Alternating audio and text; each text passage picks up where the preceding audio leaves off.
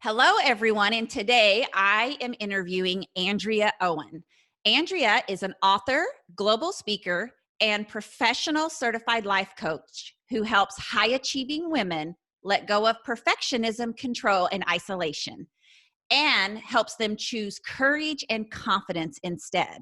Yes, people, this is my woman. she has helped, she has helped thousands of women manage their inner critic to create loving connections and live their most kick-ass life. She is also the proud author of How to Stop Feeling Like Shit, 14 Habits That Are Holding You Back from Happiness, which has been translated into 18 languages and is available in 22 countries. She also has a book called 52 Ways to Live a Kick-Ass Life, BS-Free Wisdom to Ignite Your Inner Badass and Live the Life You Deserve. Welcome to the show, Andrea. I'm happy to have you here. Oh, Kim, thanks for having me. I'm excited to be here.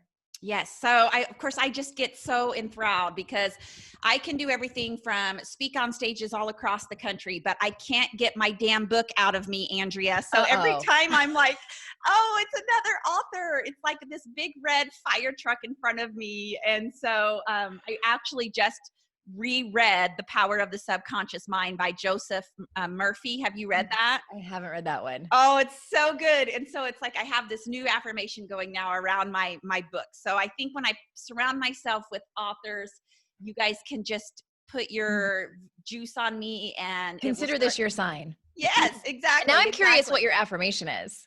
Yeah, my affirmation is I have 10 that I write every single day. Okay. And the one regarding that has currently been, I am a New York Times bestselling author in the self-help field. Amazing. I love it. Yeah. But now I've kind of been, after reading The Power of the Subconscious Mind, I'm thinking of making it just a little more specific. Like I have written my New York Times bestselling book in the self-help field by 2021. Right. That's fantastic. I'll tell you an interesting story that has to do with that is that when my last book was about to come out, How to Stop Feeling Like Shit, I realized looking back at when my first book came out that I had subconsciously held myself back and held that book back from being as successful as it could have been, my first book. So when my second book was about to come out, I was getting coaching on it, and the sort of result of the coaching was that I was going to do whatever I could, mentally, emotionally, all I wanted to do was let this book go as far as she needed to be. And really it was like, how big does she want to be? She being my book, I personified her. I didn't know what that meant. I wasn't that specific. Is it going to be New York Times bestselling? I have no idea what it's going to look like. So I did some work around that. And then we started to get all the foreign rights. Like they kept coming in and kept coming in and and I asked my agent, I'm like, is this normal? Like to have this many translations? And they said, no. It's typical for self-help authors to get maybe 2 or 3. That's exciting, but this level is extraordinary. So I attribute that to me doing the work, the internal work to let her fly. And what it looked like was going worldwide. So what in your internal work was what exactly? It looked like, even just having that that initial conversation, just the self-awareness around realizing where I had held myself back before. I was afraid of success. I was afraid of, which we talk so much about being afraid of failure, which of course, who's not, even just like a tiny little bit? So we all know what that feels like, right? But for so many of us, the level of success that we aspire to be is something we've never had before. So we make up that it's very scary. As a working mother, I make up that it's going to take time away from my family, that my children are going to end up resenting me, like all of these stories that we make up that are terrifying, whether we're conscious of the stories or not. A lot of times we're not. And then so it was about that. It was about figuring out what those were, working through those, doing things like EFT tapping and just breath work and meditation, and telling myself that I am safe if this book becomes very successful. Yeah. That also goes into money and things like that, which is a whole nother conversation. But it was about that. And also just, I think that's probably covers it. Really what that emotional and mental work looked like is uncovering what my big fears were. And one of them was the fear of success. Yeah.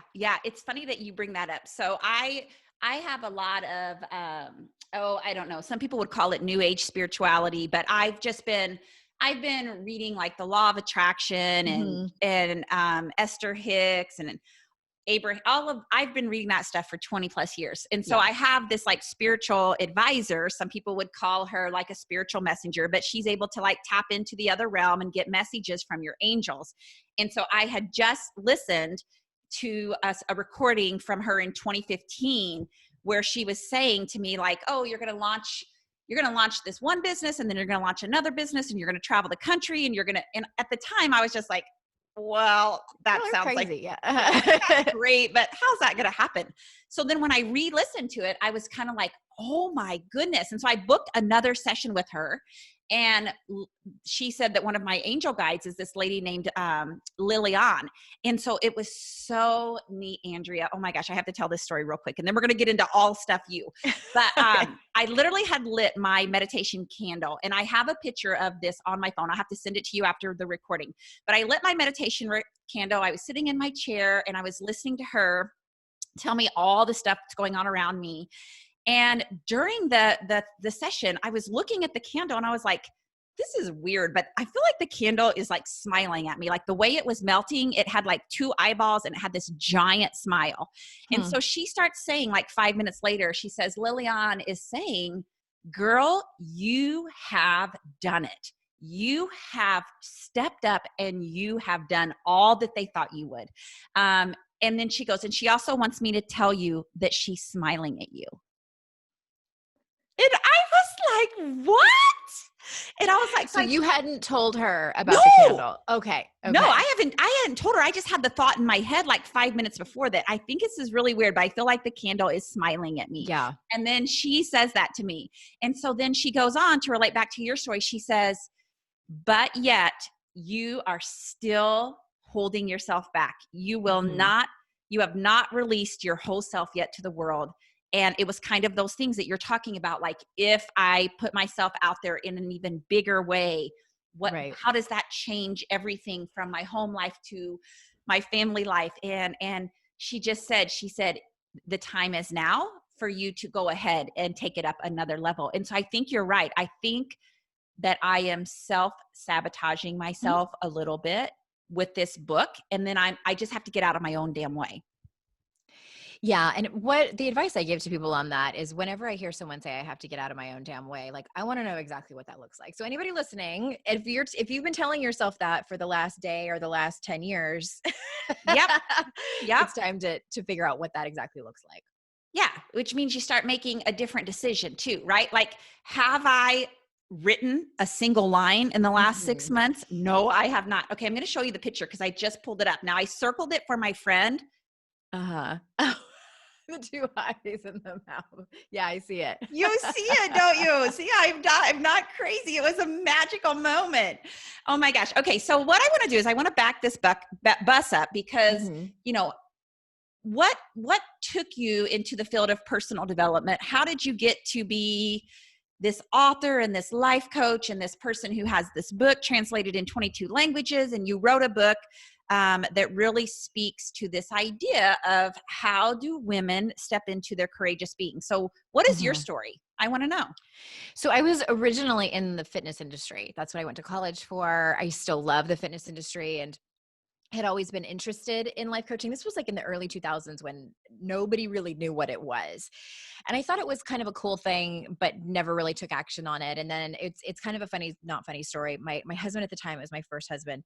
Um, not that every time I say that, it makes it sound like I have seven. Like I've only had the You two. know, I always kind of have to designate that too. Like this was husband number one. Now this is husband number two. I'm only on my second. Same here. Um, I had said to him, I said, this whole life coaching thing seems really cool, but I was only in my 20s at that time. And I said, but I feel like that a life coach would have to have a lot of life experience. And I don't have a whole lot of life experience. Well, lo and behold, a couple years into our marriage, he had an affair with our neighbor and got her pregnant and left me for her. And it was right around the time that he and I were talking about conceiving our first child. And I was 31. I was devastated. And then immediately started dating someone. I had no business dating at the time. Started dating someone whom I thought was Mr. Right. Turns out he was a con man. If anyone has seen the Netflix series Dear John or Dirty John or heard the podcast, That was my life. It did not end in murder like that one did. Sorry, spoiler alert for anyone who hasn't seen it. But um, he he covered up his drug addiction by saying he had cancer. It was awful. And it was such a mirror of the place that I was in at the time, and and in so much pain, had so much trauma that I had not gotten any help with. And then found myself pregnant. And so he went away to rehab. We were going to try to work things out. He met someone in rehab that he fell in love with. Now, wait a minute. So you were pregnant with his child? Yes. Decided I was going to have the baby. We were going to try to work it out. He met someone in rehab, and then we haven't spoken since then. So, and I had the baby. He's 12 and a half now. And so that moment, I mean, it was like on the floor in the fetal position, on the phone with my sister, just saying to her, like, how could this have happened again? Like, how could I feel like and my divorce wasn't even final yet with my ex-husband. And my life was a mess. It was a mess. And it was right around the time too, where all of my friends, all of them except maybe one, was like either getting married and or having babies, like that early 30s time. Yeah. And I was so ashamed and humiliated. And at the same time, though, I had to take radical responsibility for my life. And what I mean by that is I had spent my entire life putting all my happiness and fulfillment and self-confidence and self-esteem in other people's baskets, more specifically, whomever I was in a relationship with at the time. And I finally really started, because I was going to therapy and that was good, but it was more like I liked the idea of changing my life. And I would write like my friends' names in the margins of self-help books. And I'm like, oh, so-and-so does this, but not me. I didn't want it bad enough to change. And that's when I really started to change, was when everything, I mean, it was my rock bottom moment. And I got sober a few years after that, and people talk about their rock bottom moments before they get sober. And I'm like, actually, no, that was just like one more thing I had to figure out. My rock bottom came in 2006 on the floor, pregnant and not knowing what to do. I mean, I had gotten out of the lease of my apartment. I didn't have anywhere to live. I had left my job because he and I were going to move away together, and they had replaced me. I mean, by no means was I homeless and destitute. I still had a lot of support and a lot of privilege and resources available to me, but I was like handed this big giant invitation. Like, okay, you need to start your life over. What are you going to do in this moment? And my friends were like, they didn't know what to say. And it was just awkward. And anyway, it was terrible. Bottom line of it was that it was terrible. And then I decided to sign up for life coaching certification, which, like, let's be honest, my friends and family were like, you're going to do what? You sure? Right. Yes. But I did. And it was a bit of a long process because I was, fixing my life, for lack of a better term. But yeah, and then I got my certification in 2010. I was totally done. And then I launched Your Kick-Ass Life, and the rest, as they say, is history. And so where did you get your coaching certification The Coaches from? Training Institute. So back then there weren't a whole lot of schools. There was maybe 4 big ones that we had to choose from. It was so much easier to choose, but I loved CTI because they had both online and in-person training, which I needed in person because I get so distracted. Yes. I was like, I need to have my butt in a seat. Yeah. Though, I think that is the story of so many of us who are in this field is, for me, I'm a happiness coach. And of course, again, it was born out of my own trauma and my own struggle in my life in 20 years of research and investigating and reading and doing all the work on myself.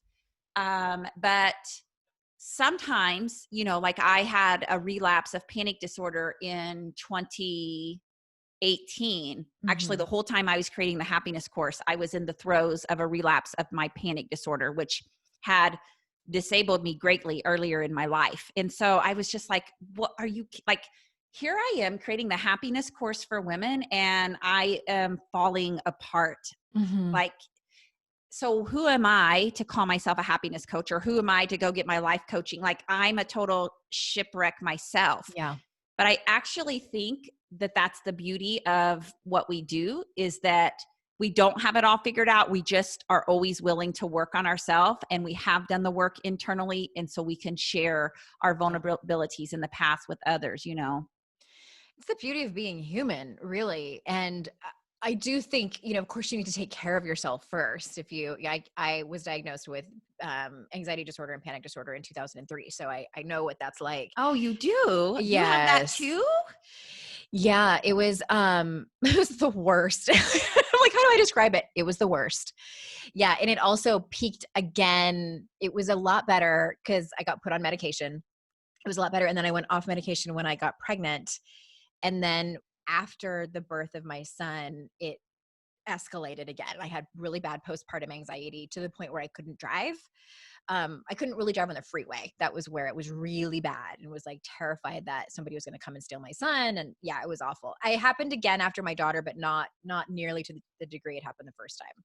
Yeah. Well, let's talk about that for a minute because I'm always intrigued. We are starting to hear more of this, but for me, I think mine started at age 16, which would have been like 1990, and then I Hmm. struggled for, oh my goodness. I mean, you know, probably 8 years with a misdiagnosis. Nobody knew what was wrong with me. Nobody knew why I struggled to leave the house, or why I couldn't hardly drive 5 minutes to my job, or why I couldn't be left Hmm. alone at my job at lunch. And I just really thought I needed to be put into a psychiatric hospital. I mean, I really did. When you Yeah. don't know why you're nervous and what's going on. And then I finally got a diagnosis.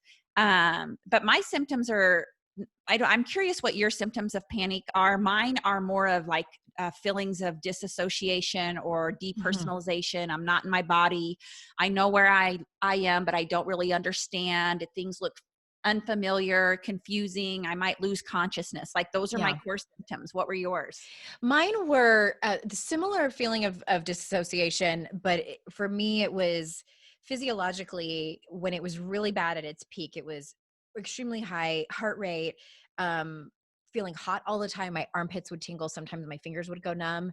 And it was just that constant feeling of what's next, like just being on edge, like something bad is about to happen. It's like, what was that Mortal Kombat video game where it was like 1, 2, 3, fight? And it was like that's how I felt all the time. Like there was an announcer saying like it was time to fight, Yeah.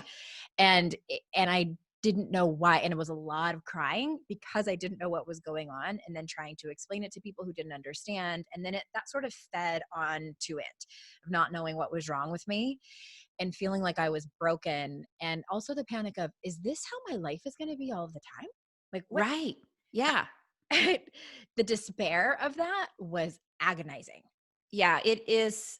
I think it's such an intense suffering. And for people who have not experienced it, there's no way that you and I can really make them understand it because it Mm-mm. is so intense. And, I mean, when you're talking about those feelings, and for me, just like you said, it's almost like your brain scans your environment for danger nonstop. Like every Yep. single second you're paying attention to, how do I feel, what looks right, am I feeling okay, is something bad, am I in danger, do I need to go to the hospital, do I need to call a friend? Like it's constant. And I don't know about you, but like, were you afraid to be a parent? Like I was, so like I felt like I couldn't hardly take care of myself, so how was I ever going to be a parent or take care of a child? Yeah, for me, my primary concern, and I use the term concern loosely because it was so much more than that. My primary concern was that someone was going to take him away from me. And I think it was Mm, because of my situation,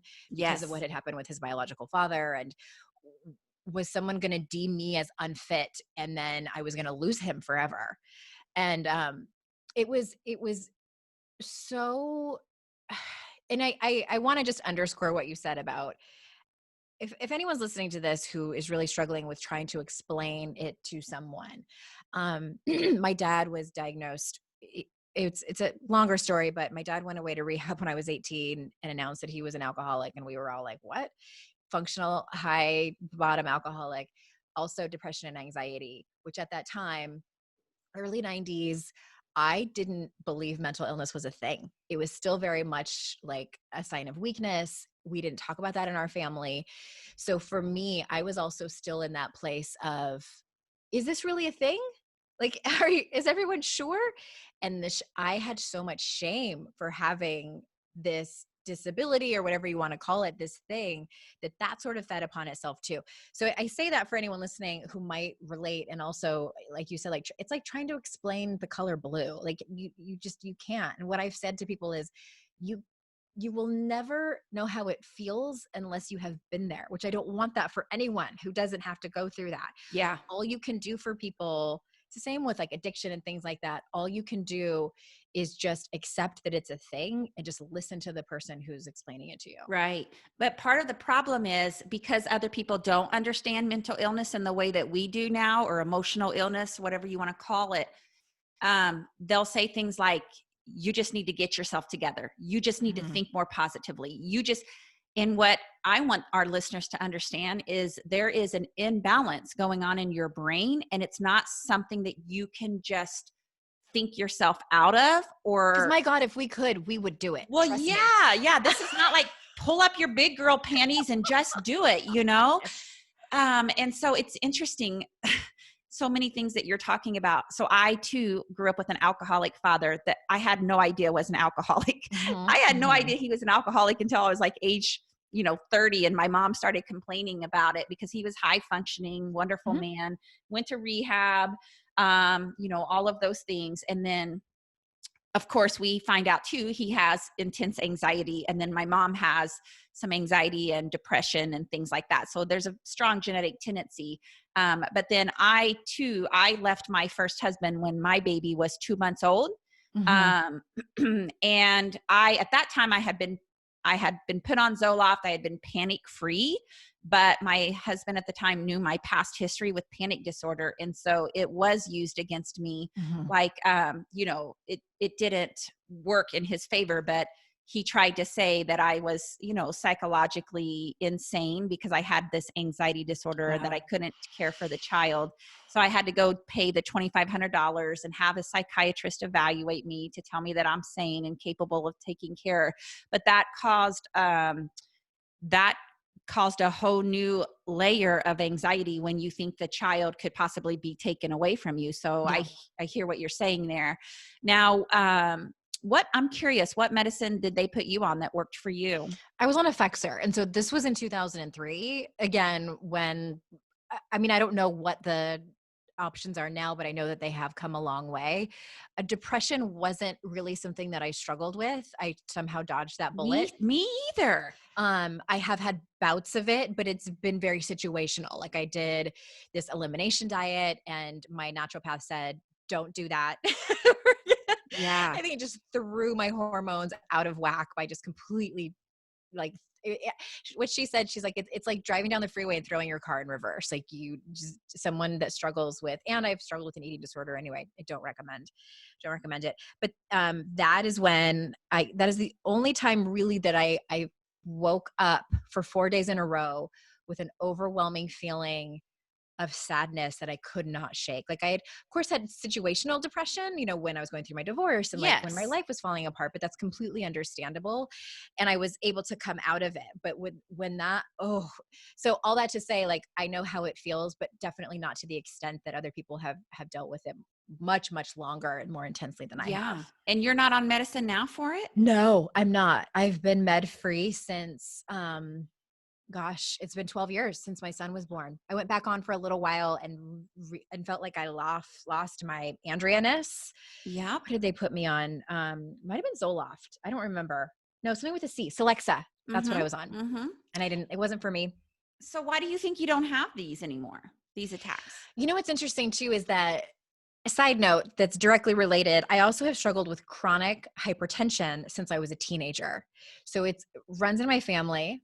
And I think since I was probably 17 or 18, the doctors told me, this is odd. You should probably keep an eye on it every single time I got my blood pressure checked.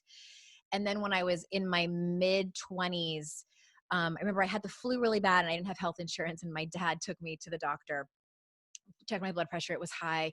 And it was this ER doctor. And he was like, has anyone ever, and I said, it's always high. And he's like, if it's always like this and you don't get put on medication, you could have a heart attack by the time you're 40 with this kind of blood pressure. I got put on high blood pressure medication and was on high blood pressure medication for years and years and years. And then when we moved states several years ago, I didn't get a new doctor in time. You know how that is. Wasn't on my blood pressure meds for like 3 months. Finally went to the doctor, told her my health history. You know, she got my records, she checked my blood pressure. My blood pressure was fine. This was after I had been sober for a couple of years. And she said, this is interesting. And I'm like, I have never had a reading like that as long as I can remember. Long story short, my blood pressure corrected itself. And I think, I am not a doctor, but I think because it just so happened that it was right after I did deep work when I got sober and went headfirst into all of my emotional stuff. Yeah. Did shame work. I went to San Antonio, Texas and got trained in the Daring Way with Brene Brown's senior faculty. That, I'll tell you something. That shook me upside down. But I did all this deep transformational work. Not that we're ever done. But like, do I think it's a coincidence that my blood pressure suddenly corrected itself and I didn't need anxiety medication? I don't think that this happens to everyone. And who knows, maybe it just is some fluke thing. I have no idea, but nothing else changed in my life. Like Yeah. my stress level hadn't changed. My diet hadn't changed. My weight hadn't changed. Like, and I had gotten older, which, you know, our health doesn't seem to like increase all by itself. When Right. we age. Right. So yeah, that's what I attribute it to. It's interesting because as I'm reading this Power of the Subconscious Mind, and it's talking about how the universal intelligence that lives inside of all of us, which is our subconscious mind, right? Mm-hmm. It's the mind behind the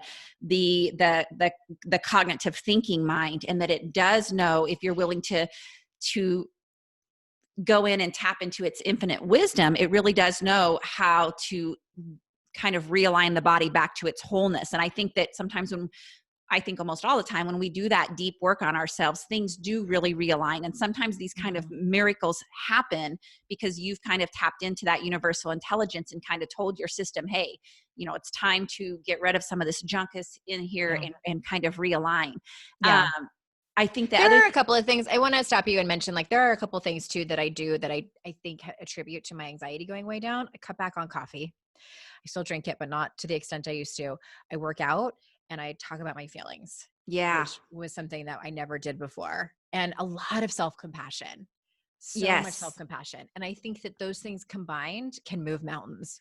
Yeah, I agree. I agree. I'm actually working. So as I'm trying to heal my own body with this, and I'm actually reading a book called Rewire Your Anxious Brain, which is really interesting. And so what I'm trying to do is create new circuitry between my amygdala and how it talks to the rest of my brain, because my amygdala is the part of my brain that fires really fast and very quickly. And so I have to teach it like a new neural pathway, because the way I do that is by letting myself feel the fear and then know that, you know, that I can deal with it, that I am my safe person, that nothing is going to happen to me, that this too shall pass. And so I'm incorporating other things like yoga, and I too have gotten off some of the caffeine. But I do think that it's possible, but you do have to get help. Like for anybody who's listening, because I didn't realize this either. I was giving a talk and I had a husband come up to me and say, Kim, you have no idea what hearing your message of anxiety and panic has done for me. He said 6 months ago, his wife finally went to the doctor, because this is another layer that people don't realize. And I think we don't talk about it enough, but his wife they had 4 children, and she would have these terrible thoughts like, am I going to pick this knife up and stab the children? Yeah. Or hurt them or suffocate them? And she would like imagine herself doing this really terrible thing. Well, you and I both know people who have these overactive thought processes, that it's not that you're crazy. It's not that you're actually going to kill your children, but you feel like you are crazy and that you're going to do something. And so that's the way that hers manifested. And she ended up going to a counselor and figuring out that she wasn't some crazy person, that she wasn't going to kill her children, but she was bombarded by an overactive imagination that would try to see all of these things. And so I want to bring this to light, because anxiety comes in many forms, and it's really just your thought processes getting exaggerated, getting out of control, and understanding that you're not crazy. There's not something that is terribly wrong with you, but you do need to go speak to a doctor and a therapist and learn to get help with that, because that's a real thing that many women in particular suffer from. Yeah.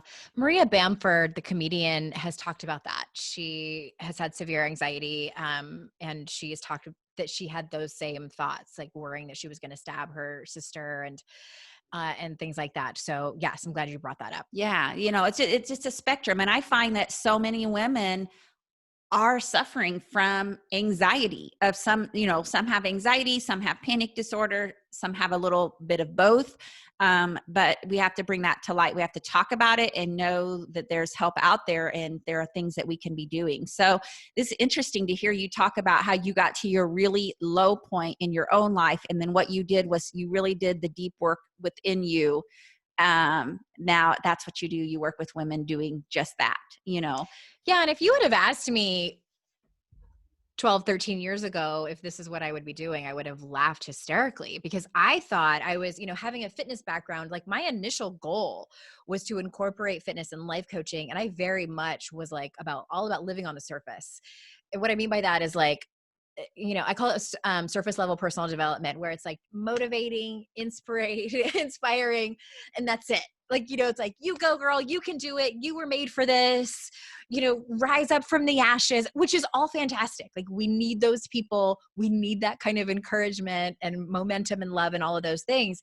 And here I am. Now I work with people on shame. Like, are you kidding me?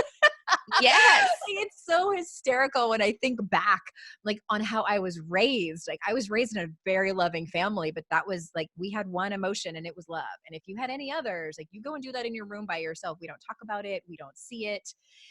My parents just didn't have the tools or the words to even begin to understand that. And so I do believe that many of us are put here to break patterns and to heal ourselves, and in many ways heal our parents. And even if they're no longer with us or we don't even ever talk to them about these types of things, it's like I I do, and I might know it might sound woo woo, but you're with me.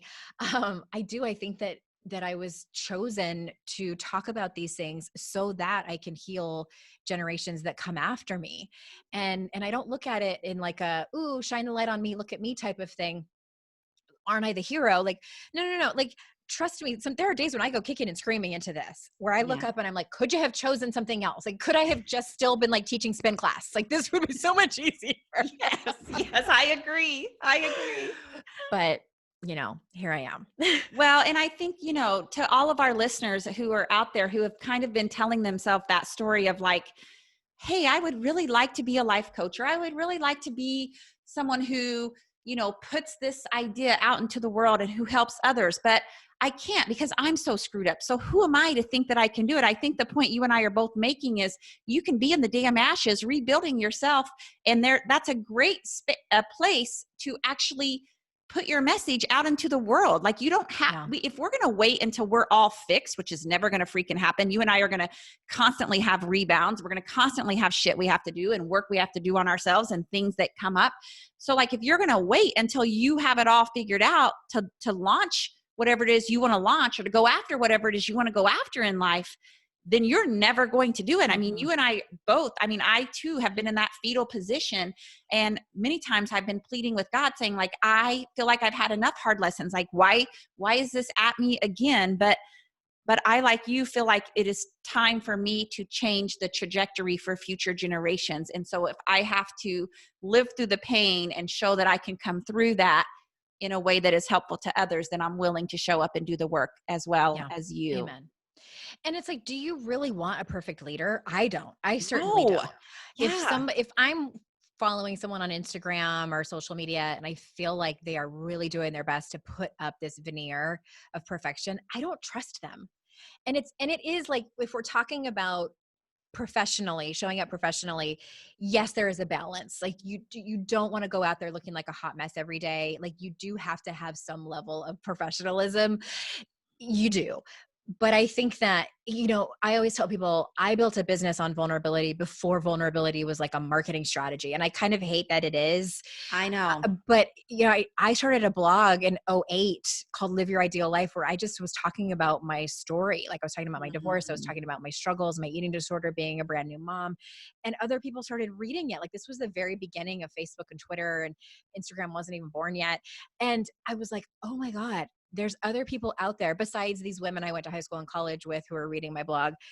There are strangers that want to hear more about what I'm saying. Like I'm definitely onto something. And it just sort of never stopped. And it's also every time I'm nervous to like put a story out there and tell people what's going on or what has happened, every time I do it, it ends up being so amazing. But I do think that I don't necessarily think, for people who are listening who might want to become life coaches, I don't think that what you and I do is for everyone. And what I mean by that is I like, you don't agree. have to start a podcast or start a blog where you sort of air your dirty laundry. If you're stopping yourself, if you want to and are stopping yourself because you're afraid of what people think, like that's another conversation. But you can do it on a smaller level. Like you can go speak at like MOPS groups. You can go speak at your church or whatever it is, where it's more of like a local community based. It's not quite as scary, or maybe it might be scarier because it's people you actually know in real life. But it just, I don't want people to think like this is the only way to do it, the way you and I do. Like there are other No, ways. I agree. And honoring that, like, we each are born with our own personality. For me, I've always been a sharer, so I'm really comfortable sharing my story um, in a large group. And I actually, in fact, I would rather have 5,000 people sitting in the crowd than 10, because that's like how I best show up. That's I feed off the You're an energy of extrovert others. like me. Like I could tell when I met you, like, Right. we're like We can see same. that with each other. Yeah. But like, just because you're not, or that, Mhm. you're like, well, I'm not, but maybe there's one friend who needs to hear your story, or a small Yeah. church group or a mom's group or something that just, I think that I am determined to talk about the hard shit in life, because when we talk about it, we really take the facade down. We allow others to have the permission to feel however they feel. And it's not wrong, it's not bad, it's a feeling, and those feelings are allowed to be acknowledged. I mean, so Yeah. much of what I have done in my own life, and I tell this story so many times, but it's like, I've played small in my life, so much so that I just completely lost who I was, because I tried so hard to turn into this person that I thought I was supposed to be, and like not let my light shine and not be the Kim Strobel whose soul was born to like navigate the world a certain way. And instead, I tried to turn myself into other people.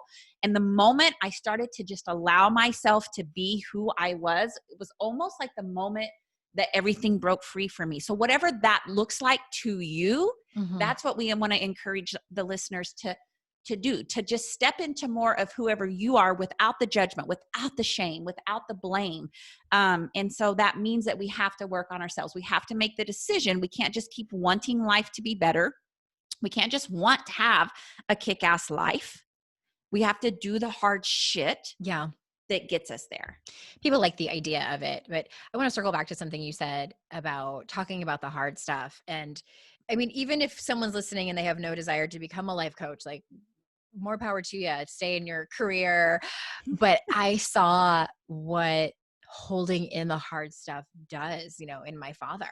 And Mm. he died in 2016. And he was part of the silent generation, which is the generation before boomers, where, and thank God for, I'm a younger Gen Xer, but like thank God for millennials and like the Gen Z, who therapy and talking about mental health is just not, it's just not a thing anymore. Like it was, even when you and I were growing up, and Oh, especially for the baby boomer generation and my dad's generation, the silent generation, where they did not talk about the hard stuff at all. I And know. I don't even know if there were any exceptions. Like they're like No. Sigmund Freud, maybe I don't even know. Like there was so much shame and stigma around it. And my heart just breaks for all those people. And I saw that it ate him up inside. And my dad was not a super macho man, he was more sensitive and more of an introvert. And it just, and I watched him with his depression as he got older, and it just was so incredibly heartbreaking. And I vowed to myself, like, I can't let this continue, I just can't. So all that to say, talking about the hard stuff is not easy. It's still not easy for me. It's kind of like when people say, well, I don't like confrontation. Who the hell likes confrontation? Exactly. Like, nobody. Yeah. Yeah. It's about learning how to do it. And so it's the same with talking about the hard stuff. It's about learning how to do it, practicing with people in small little bite-sized pieces with people that you trust. I call them your compassionate witness. This is what breaks down stigmas. This is what helps you heal and move forward in your life. Yeah. And that's the message is it is going to feel scary. It is going to feel uncomfortable. And you have to be willing to do it anyway to break yourself free from those bondages that are holding us all back. I mean, I preach people all the time. I'm constantly teaching women, like, have the difficult conversation with your spouse or your child or your parent or whatever. I have difficult conversations, but like sometimes it's still really hard. Sometimes I'm over there like tapping my foot going like, man, when I tell Scott Strobel this is not going to go over well. Or sometimes I get passive aggressive first and then have to circle back and apologize. Yeah. And then talk about what I'm actually mad about. Yeah. Yeah. I just interviewed Maggie Reyes. Do you know Maggie Reyes? Yes, I think I do. Uh-huh. Oh my, her episode is fantastic on marriage. And so one of the tactics I told her I had used with Scott, she's like, so yes, that would be passive aggressive. And you and I need to have a sidebar conversation with that. Yeah. Most people are sarcastic or use humor and or passive aggressive. Absolutely. Oh, Andrea. Well, it's just been a pleasure for you to I just love a woman who's willing to own her story and share her story and just let people know that it's not just like shiny glitter unicorns and, fluffy white. Only on Tuesdays. Exactly. Exactly. It's like, so that's what I really want. I want women to have real, honest conversations. And you've done that. You've brought that to us today. So where can people find more of you, Andrea? Super easy. Just look for Your Kick-Ass Life. I have my own podcast. We're on 300 and something episodes at this point. I like to hang out on Instagram, same handle, Your Kick-Ass Life. And then the website is yourkickasslife.com. Oh, so easy. We'll drop all of that in the show notes. So I always end, Andrea, since this is called She Finds Joy, I always end by asking my guest, what is something that you're doing right now in your life to find more joy? You know what I started doing? I can answer this one of 50 ways, but the thing that popped up into my mind is I'm in a small peer mastermind group with 4 other women, and we use the Voxer app. It's kind of like WhatsApp or like group text. And every Monday I always start it and we all answer the same series of questions. It's the first question is, what do you love? Like list like 3 to 5 things about what you love. What's working? What can you give this week? And wouldn't it be awesome if, and you finish the sentence. Ooh, I love that. I'm writing this down. It's just sort of like, it's just one of those things. I had one of my very first coaches, she would always start out each coaching session and ask me what's working. And it just is one of my favorite questions because like, do we ever really truly sit down and think about that? We're typically like jumping to the things that aren't working, which is normal and human. Yes. But that's one of the things, like I love doing it and I love reading all of their answers as much as I love thinking about and talking about my own. Maybe even more so. That's so helpful. So we're in week 2 of my 90-day program, and I've created accountability groups for the women that are in there, and they're going to do Voxer. And so this would be a great little framework to get them like engaged in having the conversation, because once it takes off, but like they need a little bit of a framework. So I'm loving these 4 questions. That's super helpful. And so that's a way for you to connect and bring a little more joy and enthusiasm. And gratitude. Yeah. And share it with each other. All right. Well, thank you so much, Andrea. I really appreciate you being on the show. Thanks for having me, Kim. This has been super fun.